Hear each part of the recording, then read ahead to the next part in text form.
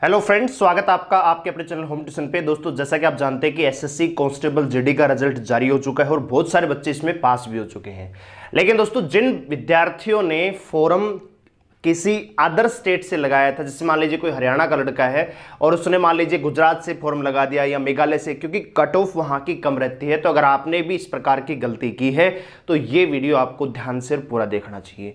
दोस्तों, अगर आप इस चैनल पर नए हैं, चैनल को सब्सक्राइब कर लीजिए, बेल आइकन को प्रेस कर लीजिए और किसी प्रकार की latest news update result notification को पाने के लिए हमें टेलीग्राम चैनल पर ज्वाइन करें, जिसका लिंक डिस्क्रिप्शन में दिया हुआ है।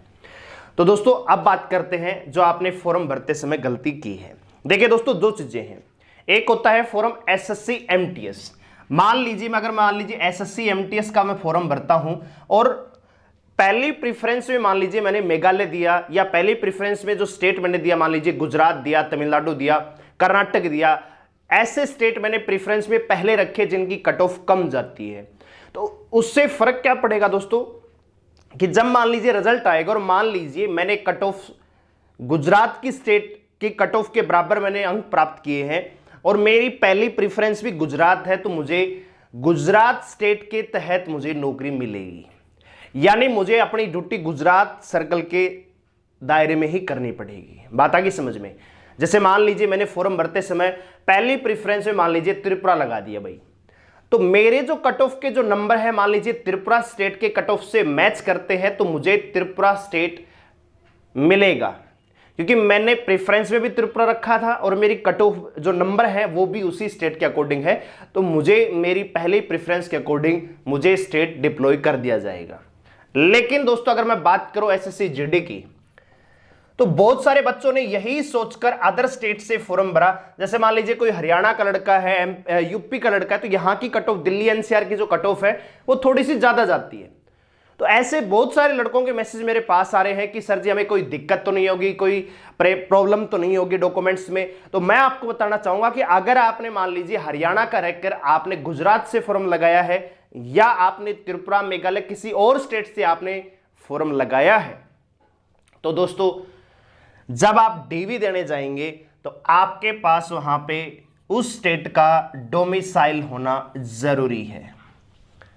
अगर आपके पास जिस स्टेट से आपने फॉर्म भरा है उस स्टेट का अगर आपका डोमिसाइल नहीं है, तो आपको इस भर्ती प्रक्रिया से बाहर कर दिया जाएगा।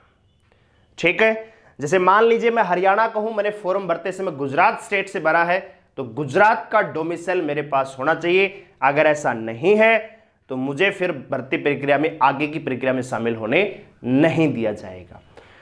क्योंकि बहुत सारे बच्चे अनजाने में, उनको ये लगता है कि कट ऑफ उस स्टेट की कम रहेगी तो मैं उस स्टेट से अप्लाई कर देता हूं, मेरा सिलेक्शन हो जाएगा। लेकिन दोस्तों, दो भर्तियां हैं, अलग अलग यहां पे क्राइटेरिया होता है। अगर एसएससी एमटीएस सीएचएसएल का फॉर्म अगर आप भरते हैं और आप मान लीजिए गुजरात से भरते हैं, कर्नाटक से भरते हैं, तो आपको कट ऑफ के अकॉर्डिंग आपको स्टेट दिया जाता है। उसमें डोमिसाइल की आवश्यकता नहीं पड़ती, क्योंकि उसमें आपसे प्रेफरेंस मांगा जाता है।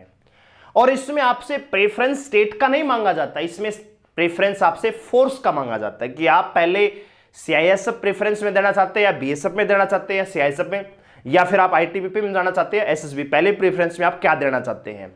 जब आप फॉर्म भरते हैं दोस्तों, तो बहुत सारे बच्चे गलत एड्रेस उसमें सबमिट करते हैं, गलत स्टेट से फॉर्म भरते हैं, ये सोचकर कि उस स्टेट की कट ऑफ कम रहेगी तो मेरा सिलेक्शन हो जाएगा। लेकिन दोस्तों, यहां पे क्राइटेरिया अलग है। आपके पास उस स्टेट का डोमिसाइल होना जरूरी है अगर आपने किसी और स्टेट से फॉर्म फिल किया है। और अगर ऐसा नहीं है तो आप इस भर्ती प्रक्रिया से बाहर कर दिए जाओगे, आपका जो आपकी उम्मीदवारी है वो रद्द कर दी जाएगी। तो अगर आपने भी इस प्रकार की गलती की है तो आपके पास एक ही रास्ता है कि आपके पास उस स्टेट का डोमिसाइल होना जरूरी है। ठीक है। तो समय रहते अपना डोमिसाइल बनवा लीजिए, अगर आप बनवा सकते हैं तो, नहीं तो फिर आपको अपने ही स्टेट से वहां पे एफिडेविट देना पड़ेगा और फिर वहां पे देखा जाएगा कि आप अपने स्टेट में कट ऑफ को पार कर भी रहे हैं या नहीं कर रहे हैं। ठीक है दोस्तों, तो उम्मीद करूंगा जानकारी आपको पसंद आई होगी। वीडियो को लाइक करें, शेयर करें, चैनल को सब्सक्राइब करें हमारे साथ जुड़े रहने के लिए। धन्यवाद।